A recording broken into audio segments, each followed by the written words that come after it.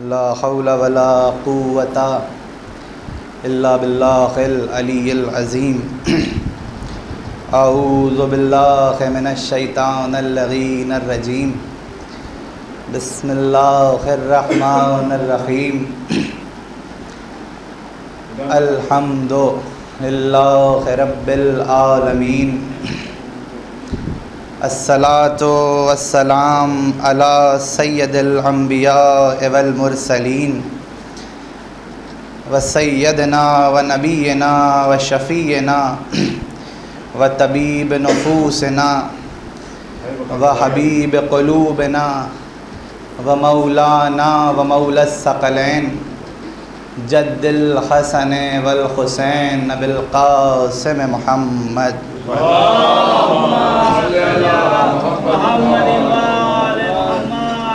وآلہ الطیبین الطاہرین المعصومین المظلومین المنتخبین المنتجبین ولعنۃ الدائمۃ علی اعداء الدین الاجمعین اما بعد فقد قال رسول اللہ محمد مصطفیٰ صلی اللہ علیہ وسلم یا ایہا الناس ھذا حسین فاعرفہ فانصرہم. درود پڑھیں محمد علیہ وسلم.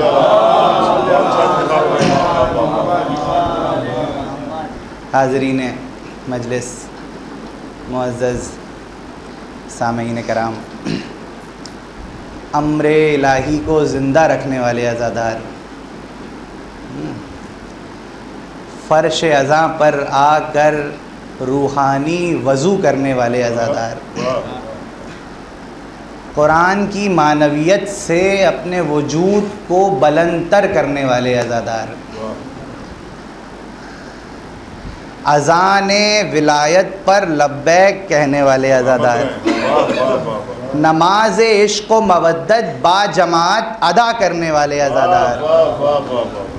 آپ سب آمادہ ہو گئے ہیں کہ فرش عزائے ابا عبداللہ الحسین بچ چکا ہے، اور ہر شخص کی آرزو ہے، ہر چند یہ کہ جس طرح اس نماز فریضہ میں جسمانی وضو کر کے جسم کو پاک کیا جاتا ہے، اسی طرح اس فرش عزاں پر آ کر روحانی وضو کر کے روح میں بسی ہوئی قدورتوں کو اپنے وجود سے نکال دیا جائے.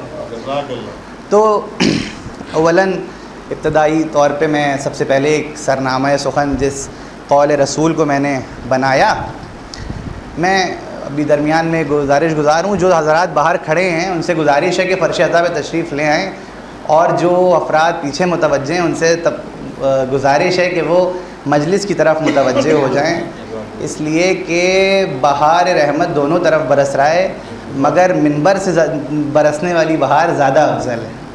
اس لیے آپ سبھی درود پڑھیں محمد و آل محمد.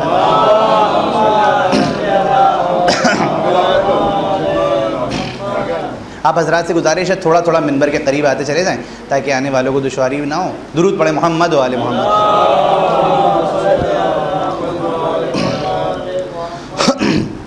تو میں نے جس حدیث رسول کو، جس قول رسول کو آپ کے سامنے سرنامہ سخن بنایا، اس میں رسول خدا ارشاد فرما رہے ہیں کہ ھذا حسین ابن علی فاعرفہ وانصرہم. دیکھو، پہچان لو، اس کی معرفت حاصل کر لو، یہ میرا حسین ہے، حسین ابن علی ہے، اور اس کی نصرت کرو. اب اس قول کے زمرے میں دیگر عناوین روشن کیے جا سکتے ہیں، دیگر عنوانات روشن کیے جا سکتے ہیں، دیگر مضامین روشن کیے جا سکتے ہیں. بس میں چاہتا ہوں کہ اس سے پہلے کسی بھی موضوع کو روشن کروں، سب سے پہلے میں آپ کے سامنے ایک عقلی کلیہ رکھ دوں.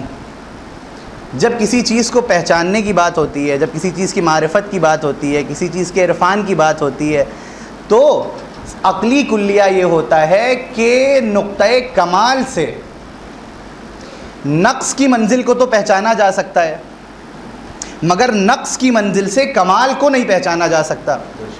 ٹھیک ہے، جو ہمارے جوان برادران ہیں جو لاجیکل اپروچ رکھتے ہیں چیزوں کو لے کے، تھوڑا سا مثال سے واضح کر دوں. مثال کے طور پہ میری بات یاد رکھیے, نقص کی منزل سے کمال کو پہچانا جا سکتا ہے, نقص کی منزل سے کمال کو نہیں پہچانا جا سکتا, کمال کی منزل سے نقص کو پہچانا جا سکتا ہے. مثلاً ایک شخص ہے کہ جس کی عمر ابھی 55-60 سال ہو چکی ہے یا اس سے زیادہ ہو چکی ہے, وہ عمر کے مرحلہ کمال تک پہنچ رہا ہے. اگر میں اس سے پوچھوں کہ بچپنا کسے کہتے ہیں, تو وہ بخوبی بتا دے گا کہ بچپنے کے کیا تعریف ہوتے ہیں, بچپنے میں کیا لطائف ہوتے ہیں, بچپنے میں کس طرح کی زندگی ہوتی ہے. مگر میں کسی بچے سے پوچھوں کہ جو عمر میں نقص کی منزل پر ہے کہ ضعیفی کسے کہتے ہیں, تو میں سمجھتا ہوں کہ وہ بچہ اتنی وضاحت سے اس بات کی تفصیل بیان نہیں کر پائے گا.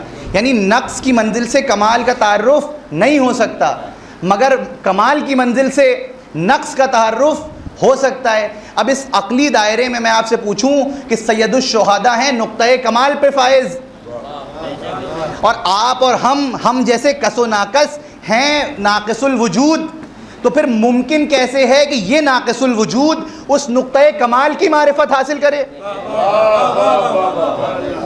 سوال ہے نا. اب میں کہوں کہ جب معرفت حاصل ہو نہیں سکتی, دیکھیں یہاں سے بڑے لطیف مضامین کھلیں گے جو آج کل معرفت حاصل کرنے کے اوپر زور دیا جا رہا ہے. تو دراصل کون سی معرفت ہے جو آپ حاصل کر سکتے ہیں, یا یوں کہوں کہ کون سی معرفت ہے جو ممکنات کے دائرے میں ہے, اور اس کے بعد کون سی معرفت ہے کہ جو لامتناہی ہے. مگر یہ ایک درود پڑھیں محمد و آل محمد پر. میں درمیان میں آپ حضرات سے گزارش ہوں تھوڑا تھوڑا اور سمٹ آئیں گے تو آنے والوں کو پھر مداخلت نہیں ہوگی اور گفتگو سلسلہ در سلسلہ چلتی جائے گی. ایک درود پڑھیں محمد و آل محمد.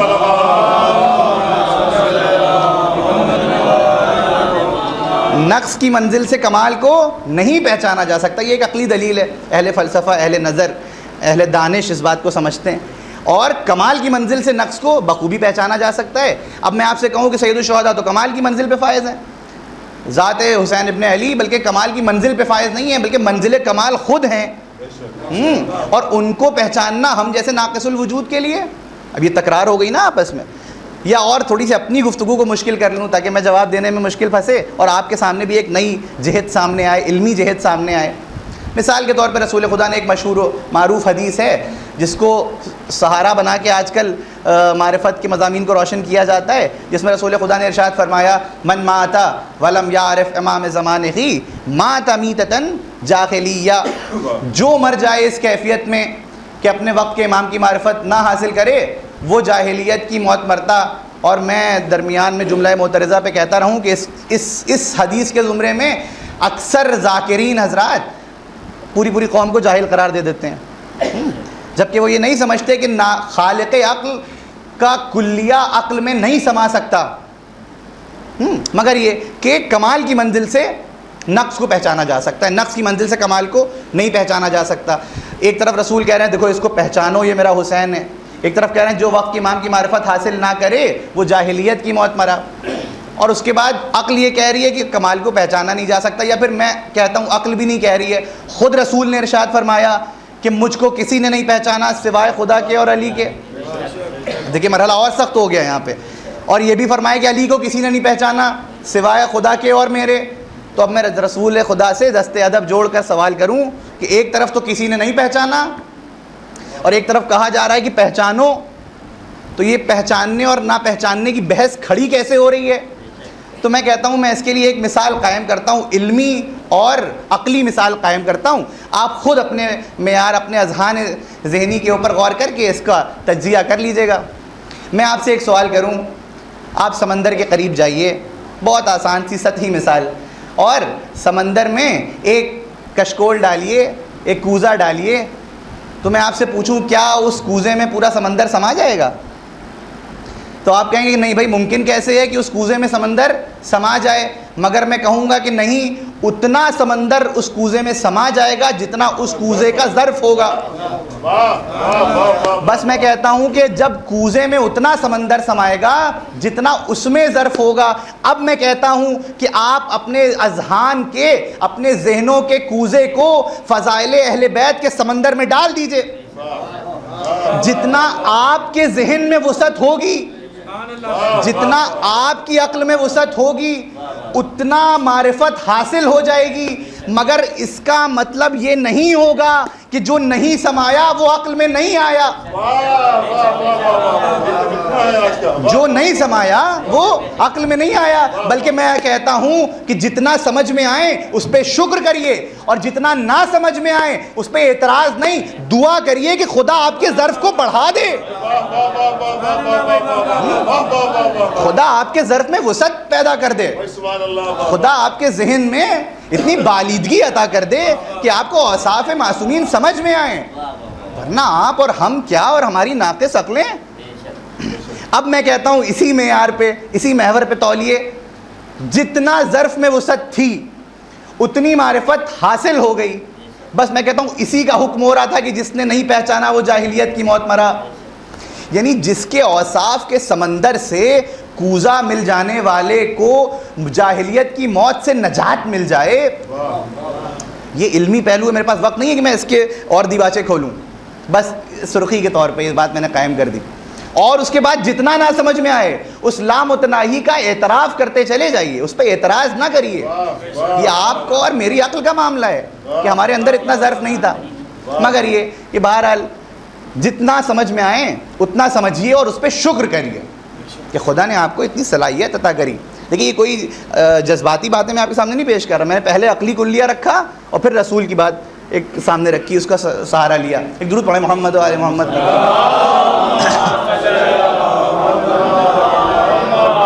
دیکھیے مجھے اس بات کا احساس ہے کہ مجلس میں تھوڑی تاخیر ہو گئی ہے اور میں خود زیادہ طویل بیان نہیں رکھوں گا, مگر جتنا چاہتا ہوں جتنا بیان کروں اتنا باقاعدہ طور پہ بیان ہو جائے. تو جناب والا یہ تو ایک عقلی کلیہ ہو گیا معرفت کے زمرے میں.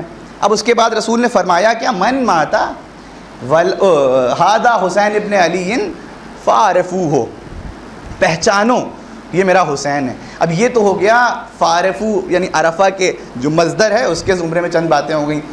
اب تھوڑا منظر پہ میں بات کر لوں یا تھوڑا سا اس کو اور تھوڑا تفصیل پیش کر دوں. رسول نے ابتدائی جملہ کیا کہا, سب سے پہلا لفظ کون سا استعمال کیا, یا ایھا الناس, اے انسانوں.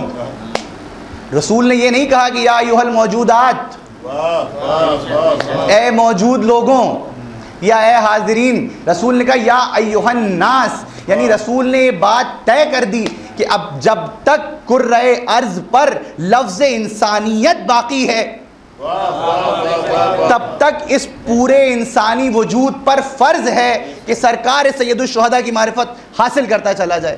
یعنی آپ کے اور ہمارے اور آنے والے مستقبل کے تمام انسانوں کے لیے ایک کلیہ بنا دیا. ٹھیک ہے, اچھا یہ تو ہو گئی یا ایھا الناس کی بات یا فعرفوہ کی بات. اور اب میں منظر پہ تھوڑی سی گفتگو کر لوں. کس موقع پہ رسول خدا نے ارشاد فرمایا کہ دیکھو پہچان لو میرا یہ حسین ہے, اس موقع پر کہ جب رسول خطبہ جمعہ دے رہے ہیں. اللہ اکبر, اس کو محسوس کرنے بڑا لطیف پہلو ہے باخدا. یہ رسول خطبہ جمعہ دے رہے ہیں. میں آپ سے یہ پوچھوں, پہلا تو یہ سوال قائم ہوگا کہ مجھے بتائیں کن لوگوں کے درمیان رسول کہہ رہے ہیں کہ دیکھو پہچان لو یہ میرا حسین ہے. جن لوگوں نے ولادت کے بھی منظر دیکھے, جن لوگوں نے دیکھا کہ رسول کبھی دوش پہ حسین کو لیے چلے جا رہے ہیں, کبھی حسین سجدے میں پشت پہ چلے آ رہے ہیں, ان لوگوں کے سامنے کہا جا رہا ہے دیکھو یہ میرا حسین ہے, پہچان لو. یعنی رسول یہ بات قائم کر رہے تھے کہ دیکھ تو سب رہے تھے حسین کو, مگر دیکھنا اور جاننا اور ہے اور پہچاننا اور ہے. بات واضح ہو رہی ہے, جاننے اور پہچاننے میں فرق ہے. کس موقع پہ کہا کہ جب رسول جمعے کا خطبہ دے رہے ہیں. اب جو فقہ اور جو جورسپروڈنس سے تعارف رکھتے ہیں, جو ان سب باتوں سے وابستگی رکھتے ہیں, بزرگان حضرات تشریف فرمائیں, میں دعائیں چاہوں گا اور اس بات پہ چاہوں گا کہ آپ سب غور کریں. رسول جمعے کا خطبہ دے رہے ہیں, خطبہ جمعہ دے رہے ہیں. مولانا صاحب بھی تشریف فرما ہوں گے باہر, اور ان کے سامنے بات رکھ دوں, جمعے کا خطبہ دے رہے ہیں. خطبہ جمعہ عین وجوبیت رکھتا ہے, یہ عام خطبہ نہیں ہے. اگر یہ خطبہ نہ دیا جائے تو عبادت, واجب عبادت مکمل نہیں ہو سکتی. جب تک معصوم موجود ہے تب تک واجب عبادت نہیں ہو سکتی. دیکھیں ایک ایک لفظ پہ غور کریں گے, جب تک معصوم موجود ہے یہ واجب عبادت پوری نہیں ہو سکتی. رسول واجب عبادت انجام دے رہے ہیں, اور تاریخ لکھتی ہے. میں تو کہتا ہوں تاریخ نے بھی کیا لکھا کہ رسول خطبہ دے رہے ہیں منبر نبوت سے, اور سامنے عوام موجود ہے, اور ایک بار دیکھا کہ وہ ایک واحد دروازہ کہ جو مسجد نبوی میں کھلتا تھا, اس دروازے سے حسین آئے اور آنے کے بعد تھوڑا نزدیک آئے، اور تاریخ لکھتی ہے کہ قبائے رسالت میں امام حسین کا پیر الجھا، مگر میں کہتا ہوں کہ جو رسالت کی منازل کو سلجھانے آیا ہو اس کا پیر الجھا نہیں کرتا، بلکہ الفاظوں کو بدل کے کہوں کہ قبائے رسالت نے چاہا کہ پائے امامت کے بوسے دے، اور امام حسین کے پیر کے بوسے دینا شروع کیے قبائے رسالت نے، اور امام حسین کو رسول نے خطبہ جمعہ واجب عین وجوبیت عبادت کے درمیان منبر سے آپ آگے بڑھے. آپ دیکھیں روایت جا کے، میں آپ کو اس کے لیے حیات القلوب اٹھا کے دیکھیں، علامہ مجلسی کی موجود ہے یا دیگر تواریخ کی کتابیں، یہ بہت ہی سب مل کر سب نے یہ روایت نقل کری ہے. معراج خطابت میں یہ روایت موجود ہے.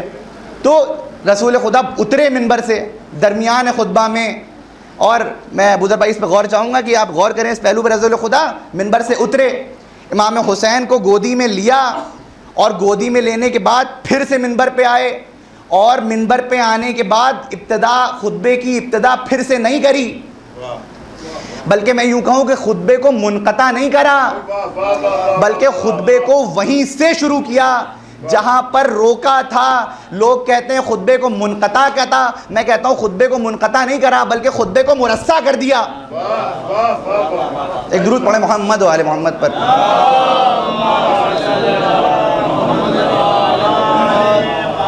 ایک اور درود پڑھیں محمد و آل محمد پر. تھوڑا درود پڑھتے آگے لیں. خطبے کو مرصع کر دیا اور وہیں سے خطبے کو شروع کیا جہاں سے خطبے کو روکا تھا. بس میں اہل نظر کے لیے ایک پہلو روشن کرنا چاہتا ہوں. جو افراد اس بات پہ تنقید کرتے ہیں کہ جب سجدہ کیا جائے اور رکوع کیا جائے اور نماز پڑھی جائے تو واجب نماز میں کسی بھی غیر خدا کا تصور آ جائے تو پھر نماز باطل ہو جاتی ہے. میں کہتا ہوں اگر کسی واجب خطبے میں ذکر حسین آ جائے، تصور حسین آ جائے تو وہ عبادت معراج پا جاتی ہے، وہ عبادت عروج پہ چلی جاتی ہے، وہ انسان کی روحانی معراج ہو جاتی ہے. یعنی آپ اور ہمارے صیام و سجود کیا کہ جس میں اہل بیت اور اطہار کا تذکرہ موجود نہ ہو. ایک اور درود پڑھیں محمد و آل محمد. دیکھیں میں اپنے ایک ایک لفظ کا ذمہ دار ہوں. میں نے تذکرہ کہا ہے، تصور نہیں کہا ہے. ایک ایک لفظ کا میرے پاس وقت نہیں ہے کہ میں اس کی بھی تشریح پیش کروں.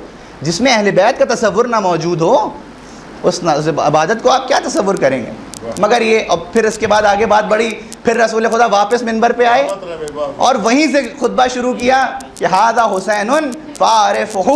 دیکھو پہچان لو. دیکھیں معرفت کے زمرے میں مجلس پڑھ رہا ہوں میں. معرفت ہے کیا؟ حقیقی معرفت معصومین. رسول خدا پھر منبر پہ آئے اور پھر منبر سے خطبے کو وہیں سے شروع کیا جہاں سے روکا تھا اور خطبے کو آگے بڑھایا اور کہا ھذا حسین فاعرفہ. اور تم سب لوگوں پر فرض کرتا ہوں کہ تم اس کی معرفت حاصل کرو.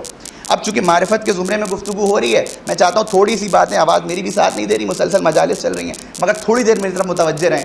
چند لطیف پہلوات اور علمی پہلو اس کے سامنے روشن ہوں گے، عقلی پہلو روشن ہوں گے. معرفت کے معاملات کیا ہیں؟ کتنی معرفت میں نے آپ سے بیان کیا جتنی ذہن انسانی میں ظرف ہو. میری عادت ہے میں مجلس میں ریویژن کراتا رہتا ہوں تاکہ ابتدا سے انتہا تک بات سلسلہ در سلسلہ ایک بات نقش ہو جائے.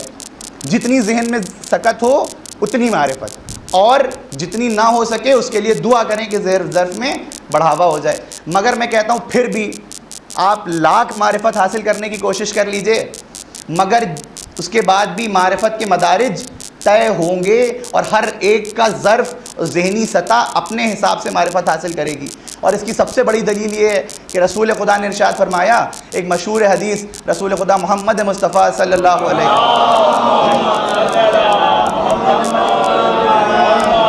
ایک مشہور ترین حدیث موجود ہے آپ کی سرکار کی کہ جس میں رسول خدا نے فرمایا کہ ان الجنت تشتاق فی ثلاثہ مقداد و ابو ذر و سلمانہ. جنت ان تینوں کی مشتاق ہے. جنت ان تینوں کی مشتاق ہے. کس کی؟ مقداد کی، ابو ذر کی، سلمان کی. اور پھر فرمایا کہ یہ تینوں معرفت کے الگ الگ مدارج پہ فائز ہیں. مقداد 8ویں درجے پہ فائز ہیں، ابو ذر 9ویں درجے پہ فائز ہیں، اور سلمان 10 درجوں پہ فائز ہیں. اب میں کہتا ہوں کہ جب رسول یہ معرفت کے مدارج بتا رہے تھے تو پھر کیا آپس میں ان میں کوئی اختلاف ہوا؟ دیکھیے اگر اس جملے پہ غور کر لیا تو ایک بڑا مرحلہ طے ہو جائے گا. جب رسول یہ حدیث بیان کر رہے تھے کہ یہ 8ویں درجے پہ فائز، یہ 9ویں درجے پہ فائز، یہ 10ویں درجے پہ فائز اور 10 درجوں پہ فائز، جب ان تینوں اصحاب میں آپس میں معرفت کو لے کے کوئی مخالفت نہیں ہوئی تو پھر آج امت مسلمہ اور آج اہل تشیع معرفت پہ اتنے اعتراضات کیوں کرتے ہیں؟ بھائی جس کو جتنا سمجھ میں آ جائے. اب یہ تو ظرف کی بات ہے نا، یہ تو تینت کی بات ہے، یہ تو لہو کی بات ہے، یہ تو تربیت کی بات ہے کہ کس کو کتنی معرفت حاصل ہو جائے. آپس میں کوئی اختلاف نہیں ہوا، تو جب کوئی اختلاف تب نہیں ہوا تو میں سمجھتا ہوں بین الاقوامی شیعت میں اور اہل تشیع میں کوئی اختلاف نہیں ہونا چاہیے اس بات کی بنا پہ معرفت کے اوپر، اس لیے کہ یہ تو ظرف کی بات ہے. جتنا انسانی ذہن میں وسعت ہوگی اتنی معرفت حاصل ہو جائے گی. ایک لطیف نقطہ اور اسی حدیث کے زمرے میں معرفت کے مدارج رسول نے بیان کر دیے. کن کا نام لیا؟ تھوڑی دیر میں طرف متوجہ رہیں گے. کن کا نام لیا؟ 3 اصحاب کا. کیا کہا؟ ان الجنت تشتاق، جنت مشتاق ہے فی ان تینوں کی. کس کی؟ مقداد کی، ابو ذر کی، سلمان کی. 3 کا نام لیا نا. اب میں آپ سے پوچھتا ہوں کہ مجھے یہ بتائیں جنت ابتدا کا نام ہے کہ انتہا کا؟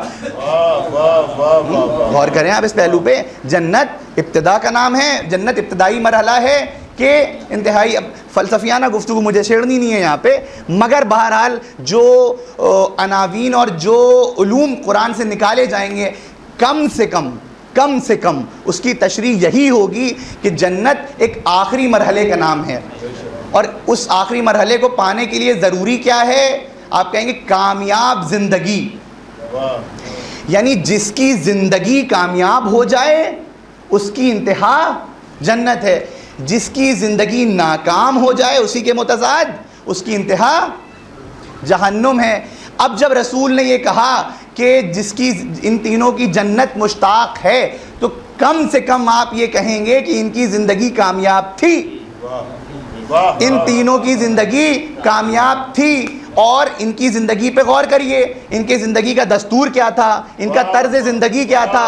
اب میں کہتا ہوں جس کی زندگی کامیاب اس کی انتہا جنت، جس کی زندگی ناکام اس کی انتہا جہنم. اگر ان تینوں کی زندگی کو محور بنا لیجئے تو ان کی زندگی کامیاب اور ان کی زندگی ان کی انتہا جنت. مگر ان تینوں کے برعکس اگر تاریخ اسلام میں کوئی اور 3 نظر آئے جن کی زندگی ان کے برعکس ہو، جن کی زندگی کے قوانین ان کے برعکس ہوں، جن کی زندگی کے پہلوات اور نظریات ان کے برعکس ہوں، تو کم سے کم میں یہ کہوں گا کہ اگر ان کی انتہا جنت تھی تو ان کی انتہا جہنم ہوگی.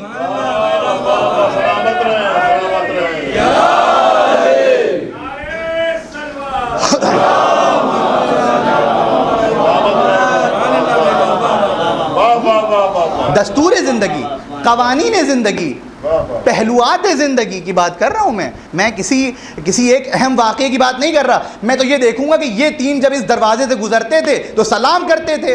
اب انہی کے برعکس کوئی اور 3 گزریں اور دروازے کو آگ لگا دیں تو پھر میں اس عمل کو کہوں تو کیا کہوں؟ جب عمل میں تضاد ہے، جب زندگی میں تضاد ہے، قوانین میں تضاد ہے، تو پھر انتہا میں بھی اتحاد نہیں تضاد ہوگا.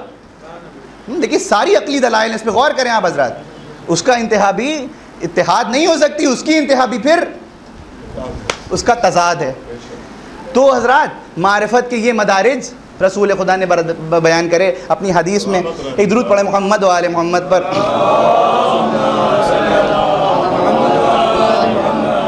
تھوڑا آپ لوگ سے گزارش ہے تھوڑا اور تشریف لے آئیں. میرے عزیز ترین بزرگان زینبیہ امام باڑے تشریف لے آئیں. میں سلام عقیدت پیش کرتا ہوں. ان سے گزارش ہے کہ تھوڑا آگے لے آئیں.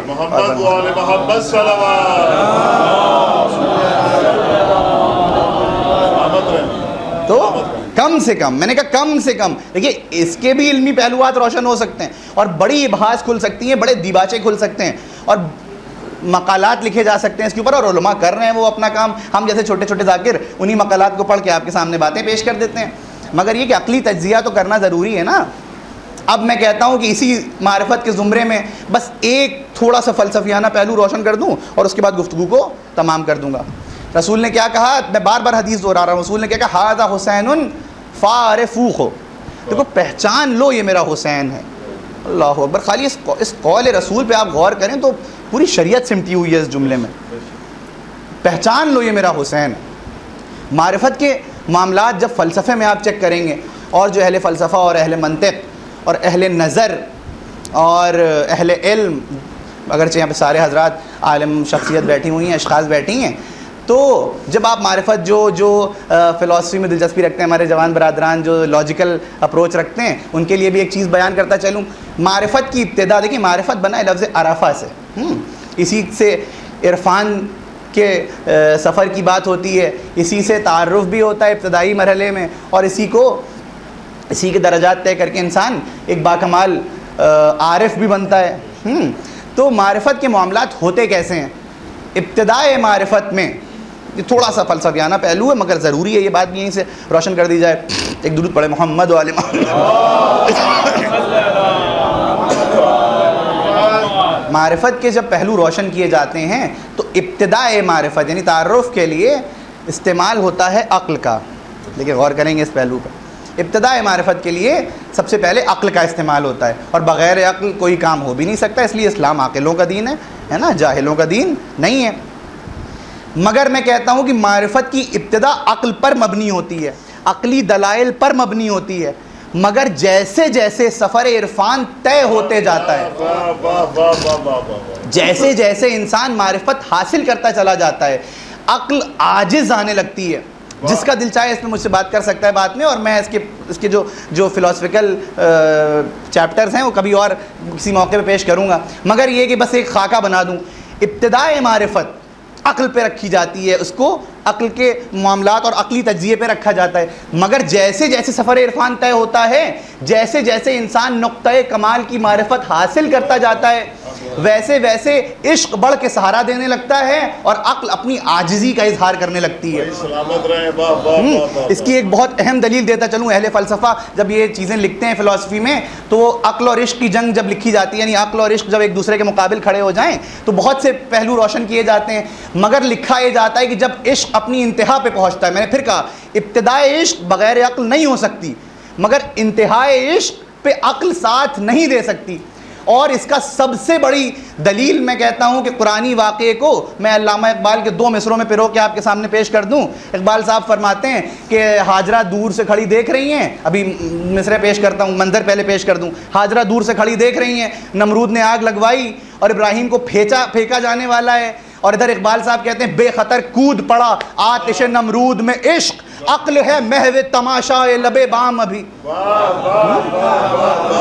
جب عقل اور عشق میں جنگ ہوئی تو پھر عقل نے یہ کہا کہ دیکھو اگر آگ میں گریں گے تو جل جائیں گے، مگر عشق نے بڑھ کے سہارا دیا کہ آگ میں گریں گے بھی مگر آگ مثل گلزار ہو جائے گی. یعنی بات یہ سمجھ میں آئی کہ جیسے جیسے سفر عشق طے ہوتا ہے ویسے ویسے عقل کے تقاضے پلٹنے لگتے ہیں. اب میں کہتا ہوں کہ اگر ابراہیم کا پیروکار، رسول کا پیروکار، حسین کا پیروکار، عاشق شہدائے کربلا، اگر عقل میں اس کا پرسہ نہ آئے، اگر اس کا کوئی ذریعہ کوئی طریقہ آپ کی عقل میں نہ سمائے تو اس پہ اعتراض نہ کریے، بلکہ اس کے حساس کو، اس کے حوصلے کو عشق کا پیچھے سے سہارا دے کر اس کو اور آگے بڑھائیے. اس لیے کہ بغیر عشق عقل نہیں کام کر سکتی، اور عقل ایک مرحلے پہ آ کر خاموش ہو جاتی ہے اور عشق بڑھ کے سہارا دیتا ہے اور عشق آگ کو گلزار کر دکتا ہے. اب اس کو بات کو آسان کر کے کہہ دوں تو آپ سب کے سامنے بات عیاں ہو جائے گی. عموماً اگر ہماری ایک انگلی ذرا سی آگ میں لگ جائے تو ہم جل جایا کرتے ہیں، مگر ہم نے دیکھا کہ عزاداروں کو کس طرح وہ آگ کے اوپر سے گزر جاتے ہیں. یہ ان کا عشق ہے جو بڑھ کے سہارا دیتا ہے. یعنی عقل اور عشق میں جنگ جب بڑھے گی تو پھر عشق آگے بڑھ کے سہارا دے گا. اگرچہ میں اس بات کو درمیان میں رکھتا ہوں کہ عشق کے معاملات جو طے ہوتے ہیں اس میں بھی محرمات کی کوئی گنجائش نہیں ہوتی، قطعاً محرمات کی گنجائش نہیں ہوتی. مگر محرمات، اب وقت نہیں ہے میں اس کی بھی تھوڑی سی تشریح کر دوں. محرمات کے بارے میں بھی جب فقہا لکھتے ہیں تو وہ کہتے ہیں ہر وہ چیز حرام ہے جو وجود انسانی کے لیے نقصان دہ ہو. مگر میں کہتا ہوں میں کیا کروں، مجھے وہ اعمال نظر آ رہے ہیں جو ظاہری نقصان نظر آتا ہے مگر باطنی انسان کو شفا عطا کرتا ہے، باطن انسان کے وجود کو شفا یاب کر دیتا ہے. یعنی آپ سوچ سکتے ہیں کہ کائنات کی سب سے پست ترین مخلوق خاک اور مٹی, مگر اس میں بھی اگر سید الشہداء کا خون مل جائے تو پھر وہ خاک خاک شفا ہو جاتی ہے, وہ ہم جیسوں کو شفا عطا کرتی ہے, نہ کہ صرف جسمانی شفا بلکہ روحانی شفا عطا کرتی ہے, روحانی شفا عطا کرتی ہے. اور شاید میں کسی مجلس میں آپ کے سامنے یہ بات پیش کر چکا ہوں, جو حضرات سننے والے ہیں پرانے, میں پھر کہتا ہوں کہ کسی شہید کا خون مل جانے سے شفا نہیں آیا کرتی. اس امام حسین کو فقط شہید کہہ دینا کافی نہیں ہے, یقیناً شہید کا اپنا مرتبہ ہے, یقیناً شہید افضل ترین مخلوق ہے, خدا اور شہید کے مراتب سے کوئی انکار نہیں ہے. قرآن نے آیت نے بڑھ کے سہارا دیا کہ دیکھو شہید کی موت کو ضائع نہ سمجھنا, بلکہ وہ اپنے خدا کی طرف سے رزق پا رہا ہے, یہی تو کہا نا. مگر میں کہتا ہوں شہید افضل ہے, مگر حسین فقط شہید نہیں, حسین سید الشہداء ہیں. شہید اور سید الشہداء میں فرق یہی ہے کہ شہید قرآن کے حساب سے زندہ ہے, حسین کیفیت زندگی ہیں, حسین تاثر زندگی ہیں, حسین امکانات زندگی ہیں. امام حسین کی ذات وہ ذات ہے کہ جو اس سے متصل ہو جائے وہ زندہ ہو جایا کرتا ہے. یعنی جس دل میں حسین موجود وہ قلب زندہ, جس فکر میں حسین موجود وہ فکر زندہ, ارے جس فرش پہ حسین موجود وہ فرش زندہ, جس قوم میں حسین موجود وہ قوم زندہ. جس ذہن میں امام حسین موجود ہوں, اب کتنا موجود ہوں, پھر میرے ابتدائی جملے سے اس سے آپ چیزوں کو سہل کر سکتے ہیں اور سمجھ سکتے ہیں کہ کتنا موجود, جتنا ہمارے ذہن میں وسعت ہو. مکمل یعنی معرفت کے بھی دو مدارج ہے. اب ظاہر ہے کہ کبھی اور موقع ہوا, اب میری بھی ہمت ساتھ نہیں دے رہی اس سے زیادہ اس کو طویل کرنے کی, اور آپ کو بھی جانا ہے, ظاہر ہے بارش وغیرہ بھی ہو رہی ہے, مگر اس بات کو سمجھ لیں معرفت کے کم سے کم دو معیارات طے ہو گئے. ایک معرفت وہ کہ جو عالم ممکنات میں سمائی ہے, اور ایک معرفت کا زمرہ وہ کہ جو ممکنات سے باہر ہے.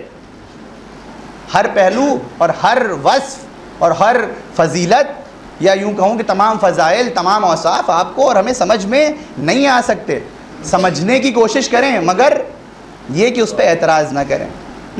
تو ھذا حسین فارفوہ, مگر رسول یہیں پہ خاموش نہیں ہوگا, فارفوہ. آگے بڑھ کے اور کیا کہا, وانصرہم. دیکھیے موضوع مکمل ہو جائے جتنا میں نے پیش کیا. ھذا حسین ابن علی فارفوہ وانصرہم.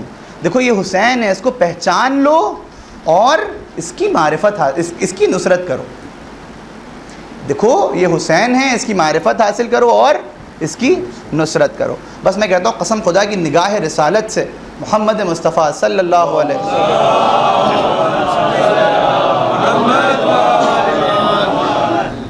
نگاہ رسالت اس بات کو دیکھ رہی تھی کہ یہ نہ پہچاننے کی کوشش کریں گے اور نہ نصرت کریں گے. اسی لیے رسول ان سے تاکید کر رہے تھے دیکھو اس کی نصرت کرو. اور ہم نے دیکھا کہ اس جمعے کے خطبے میں دور رسالت میں, رسول کے دور میں, یعنی کہ جس نے شریعت کو قائم کیا ہو, اس رسول کے کہنے کے بعد بھی کتنوں نے حسین کی نصرت کری آپ کے سامنے, کتنوں نے اقوال رسول کے اوپر پیروی کری یہ آپ کے سامنے.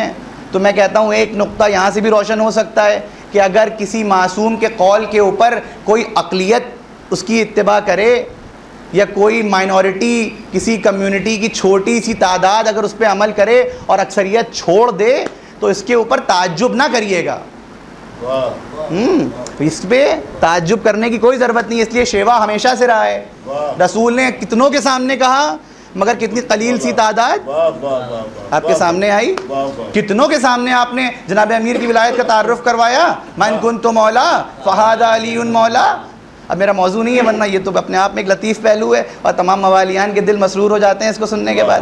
مگر یہ کہ رسول نے کتنی بڑی جماعت کے سامنے پہچنوایا, اور ایک دو بار نہیں, سب کو پہچنوایا, موقع بموقع پہچنوایا, عمل بعمل پہچنوایا, لسان بلسان پہچنوایا, ہر طریقے سے پہچنوایا.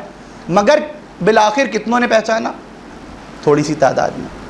اب اس دور میں بھی آپ غور کریں, کتنے پہچاننے کی کوشش کر رہے ہیں، یا پہچاننے کے نام پہ کتنے لوگ الگ الگ دیگر نظریات قائم کر رہے ہیں. اب اس میں یہ علماء کا کام ہے اس کے جوابات قائم کرنا. میرا تو کام تھا تھوڑے تھوڑے سے عناوین روشن کر دینا تاکہ ہمان جوان برادران ان چیزوں کے اوپر توجہ کریں، سوچیں. دیکھیں میں نصیحتاً بہت زیادہ باتیں نہیں کہتا، اس لیے کہ میں ابھی عمر میں بھی کم ہوں اور اکثریت ہمارے بزرگوں کی ہے، تو یہ میں چاہتا ہوں کہ برائے اصلاح بات کو سنیں. مگر یہ کہ میں اپنے جوانوں سے، اپنے بھائیوں سے تو کہہ سکتا ہوں جتنا ہو سکے کتابوں کے اوراق کو پلٹنا شروع کریے. کئی علوم ایسے ہیں کہ جو صحیفوں کے سینوں میں قید ہیں، کئی تواریخ ایسی ہیں، کئی اوصاف ایسے ہیں، کئی فضیلتیں ایسی ہیں، کئی ہدایتیں ایسی ہیں، کئی عناوین ایسے ہیں، کئی مضمون ایسے ہیں کہ جو صحیفوں کے سینوں میں قید ہیں. اور میں کہتا ہوں کئی مضامین ایسے بھی ہیں کہ جو سینوں کے صحیفوں میں قید ہیں. اب یہ آپ غور کریے کہ کن صحیفوں کے سینوں سے علم نکالنا ہے یا کن سینوں کے صحیفوں سے علم نکالنا ہے، یہ آپ کا کام ہے. مگر جتنا ہو سکے بکس کو دیکھیں، تاریخ کو دیکھیں. اب تو ہر چیز، ابھی ہمارے ابوذر بھائی تشریف فرمائے، ان کی ویب سائٹ پہ نیچے ایک ڈسکرپشن میں لنک چلا کرتا ہے وہ jafrilibrary.com کے نام سے، جس میں میں سمجھتا ہوں کہ تقریباً 60,000 یا 90,000 سے زیادہ بکس PDF میں لانچ ہو چکی ہیں اور الگ الگ لینگویجز میں ہیں. یہ بھی میں پیغام پہنچاتا چلوں اپنے برادران کی طرف کہ آپ لوگ اس کو بھی ذرا سا چیک کریں، چیزوں کو دیکھیں، کتابیں دیکھیے. پہلے کے لوگوں کے پاس عذر تھا، میں صرف یہ بات جوانوں سے کر رہا ہوں، اپنے بھائیوں سے.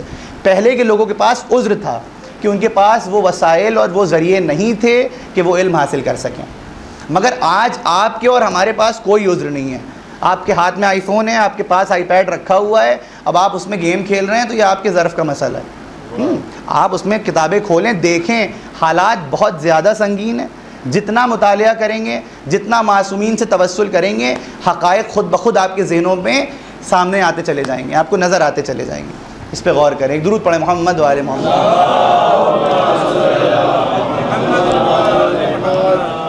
ہر بشر کی بات کے اوپر اکتفا نہ کریں. اور میں کہتا ہوں بشر کے اوپر تو اکتفا ہی نہ کریں، اس لیے کہ اس کے آخر میں فقط شر ہی شر ہے. ہاں، مگر یہ کہ اگر یہ پیکر شر بائے بسم اللہ سے متصل ہو جائے تو پھر یہ بشر بنتا ہے. تو اس سے بھی تمام چیزیں دیکھیں، غور کریں ان چیزوں کے اوپر. بہرحال تو رسول خدا نے کیا ارشاد فرمایا؟ وَأَنصُرْهُمْ، اس کی نصرت کرو. اور چونکہ رسول خدا نے ابتدا میں کیا کہا تھا؟ یا ایھا الناس، اے انسانوں. اب چونکہ معرفت اگر تمام انسانیت کے لیے تھی، اس وقت کے موجودات کے لیے نہیں، بلکہ کرۂ ارض پہ آنے والی تمام انسانوں کی مخلوق کے لیے تھی، اگر معرفت کا حکم انسانوں کے لیے تھا تو پھر وَأَنصُرْهُمْ بھی تمام انسانوں کے لیے ہے. اور اس بات کو بھی واضح، اب یہ موضوع کے باہر ہو جائے گی بات. وَأَنصُرْهُمْ نصرت کرنے کا مطلب یہ نہیں کہ آپ ان کی مدد کر دیں گے. ان کا ذکر، ان کی فرش، ان کی عزا آپ کی محتاج نہیں ہے. اس فرش عزا کو نہیں ہم سب کی ضرورت، ہم سب کی ضرورت ہے عزاداری شبیر. تو ان کی نصرت کرو اس لیے تاکہ اپنے وجود کو اس فضیلت کے سمندر میں ضم کر دو. ان کی نصرت کا مطلب یہ ہے کہ اپنے وجود ناقص کو وجود بابرکت بنا لو. تو وَأَنصُرْهُمْ، ہم نے دیکھا کہ کس طرح سے رسول خدا نے کہا وَأَنصُرْهُمْ. مگر یہ تاریخ نے دیکھا کہ کس نے نصرت کری؟ فقط ایک قلیل سی تعداد عزاداران نے، ایک مختصر سی تعداد امام حسین کے ساتھ آئی. آپ کبھی مقاتل سید الشہداء کو اٹھا کے دیکھیں. میں آپ کو حوالہ دیتا ہوں کہ ایک کتاب شیخ عباس قمی کی آہ مغموم کے نام سے شائع ہوئی ادارہ اصلاح کی طرف سے. نفس محموم اس کا عربی ورژن تھا اور اس کو اردو میں آہ مغموم کے نام سے شائع کیا گیا. اس میں دیکھیں امام حسین روز عاشورہ بارہا چاہتے رہے کہ نصیحت کر دیں، مگر جس کو نہیں پہچاننا تھا وہ نہیں پہچاننا. دیکھ تو سب کے سب لاکھوں لوگ رہے تھے، مگر فقط دیکھ لینا کافی نہیں ہے، جان لینا کافی نہیں ہے، پہچاننا اہم ہے، پہچاننا ضروری ہے. اور کس نے پہچانا؟ میں کہتا ہوں دیکھنا، آنکھوں کا ظاہری وجود آنکھوں سے دیکھ لینا اگر پہچاننے کے لیے کافی ہوتا تو پھر وہاں کے اصحاب، وہاں کے تمام لوگ تو موجود دیکھ ہی رہے تھے، مگر ان میں سے فقط ایک نکل کے آیا.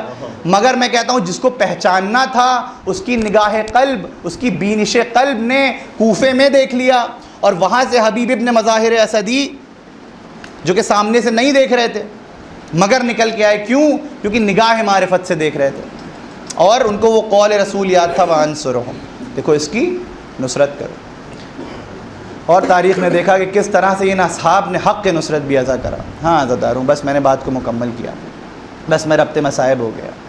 میں سمجھتا ہوں کہ رونے کے لیے تو امام حسین کی مظلومی بھرے میر انیس کے صرف 2 فقرے کافی ہیں۔ میر انیس فرماتے ہیں، بزبان انیس سید الشہداء فرماتے ہیں کہ عباس مر گئے،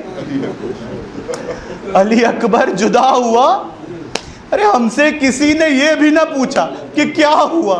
عزاداروں، تاریخ لکھتی ہے کہ حسین کے پاس موقع بموقع اصحاب آتے تھے، اجازت لے کے چلے جاتے تھے۔ کبھی حسین حر کا لاشا لے کے آ رہے ہیں، کبھی حسین حبیب کا لاشا لے کے آ رہے ہیں، کبھی ایک وقت ایسا بھی آیا کہ حسین گود کے پالوں کے لاشیں لانا شروع ہوئے۔ ایک مرتبہ اون کا لاشا، محمد کا لاشا، کبھی قاسم جیسے گل بدن کا لاشا، کبھی شبیہ پیمبر علی اکبر کا لاشا۔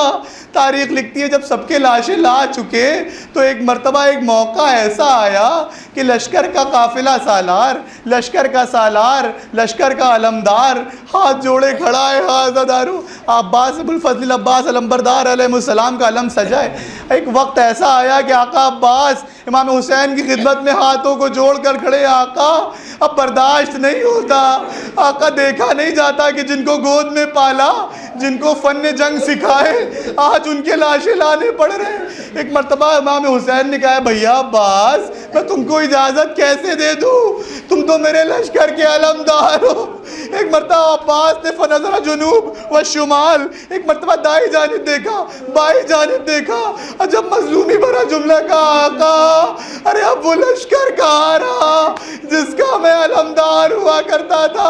المختصر یہ کہ عباس بڑے، پانی لانے کی اجازت ملی، پانی لے کے آئے۔ اب ذرا منظر محسوس کریں، ایک مرتبہ بالی سکینہ ننھے ننھے بچوں کو لے کر کوزہ آب لے کے در خیمہ پہ کھڑی ہو گئی۔ صبح سے پیاسے بچے، 3 دن کے فاقہ کش بچے، 3 دن کے تشنہ لب بچے۔ تاریخ لکھتی ہے سوکھے کوزے کو لبوں سے لگاتے تھے، ہٹاتے تھے، لگاتے تھے، لاتاتے تھے، با امید دے کہ پانی آ رہا ہے۔ ایک مرتبہ علم کو سلامی دیتے ہوئے دیکھا، ادھر سے حسین بڑھے، عباس تمہارے مرنے سے میری کمر ٹوٹ گئی۔ حسین عباس کے جنازے پہ آئے۔ اب ایک مرتبہ تراویح لکھتا ہے، میں دیکھتا تھا حسین جھکتے تھے، کچھ اٹھاتے تھے، پھر جھکتے تھے، پھر کچھ اٹھاتے تھے، عباس کے بازوؤں کو اٹھا کر عباس کی لاش پر پہنچے۔ المختصر یہ کہ عباس کی روح جنت کی طرف چلی تو گئی، مگر روایت میں ایک جملہ ملتا ہے، جب یہ لٹا ہوا قافلہ، جب یہ اسیروں کا قافلہ مدینے واپس آیا تو ایک مرتبہ جناب ام البنین آگے بڑھی۔ آپ کو یقین نہیں آیا جب منادی نے ندا دی کہ حسین شہید ہو گئے، حسین قتل ہو گئے، اصحاب حسینی سدھار گئے۔ ایک مرتبہ ام البنین آگے بڑھی، کہا مجھے یقین نہیں آتا کہ جس حسین کے پاس عباس جیسا غلام موجود ہو وہ حسین شہید ہو جائے، مگر منادی نے عباس کی قتل ہونے کی روایت بتایا کہ عباس کے بازو کٹ ہو گئے۔ ایک مرتبہ ام البنین منہ کے بل زمین پہ تشریف لائیں اور گریہ کرنے لگی۔ پوچھنے والے نے پوچھا، بی بی کس بات کا گریہ ہے؟ ام البنین نے کہا، مجھے یہ بتاؤ کہ جب کوئی گھوڑے سے زمین پر آتا ہے تو اس کے بازو کا سہارا ہوتا ہے، مگر جب میرا عباس بغیر ہاتھوں کے گھوڑے سے زمین پر آیا تو کس طرح سے آیا؟ الا لعنت اللہ علی قوم الظالمین رضا بقضائه وتسلیما لامره اللهم لعن قتلة الحسین وعلی ابن الحسین واصحاب الحسین واولاد الحسین۔ بار الہ تیری بارگاہ میں دعا گو ہیں کہ ہماری اس عبادت کو قبول فرما۔ بار الہ تیری بارگاہ میں مخصوص دعا یہ ہے کہ ہمارے جوان برادران، ہمارے بھائیوں کو، ہمارے جوانوں کو علم قرآن اور علم دین سے، علم دنیا سے مستفیض فرما، ہمارے گھروں میں رحمتیں اور برکتیں نازل فرما، ہمیں عزاداری کرنے کا سلیقہ طریقہ ہر بار سے بہتر عطا فرما، ہمارے بزرگوں کا سایہ کہ جنہوں نے ہماری انگلی پکڑا کر ہمیں فرش تک لا کے بٹھا دیا، ان کا سایہ ہمارے سروں پر سلامت رہے، امام زمانہ کے ظہور میں تعجیل فرما، ہمیں ان کے آباء و انصار میں شامل کر۔ ماتم حسین۔